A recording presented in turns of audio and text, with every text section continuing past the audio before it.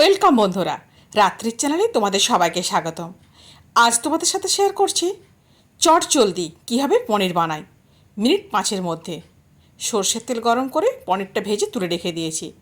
এবারে তেলের উপরে শুকনো লঙ্কা, তেজপাতা, জিরে ফোড়ন দিয়ে আলু, টমেটো, নুন দিয়ে খুব ভালোভাবে কষিয়ে নিচ্ছি।